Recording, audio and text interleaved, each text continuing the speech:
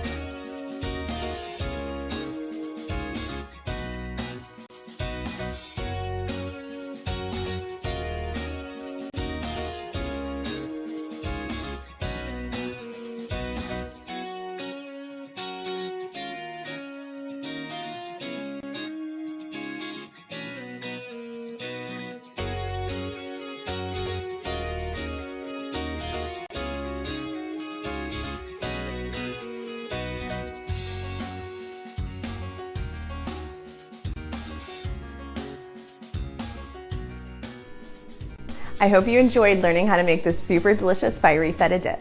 For more of my recipes, check out my website, mysweetgreek.com, and my other videos here. Thanks so much for watching.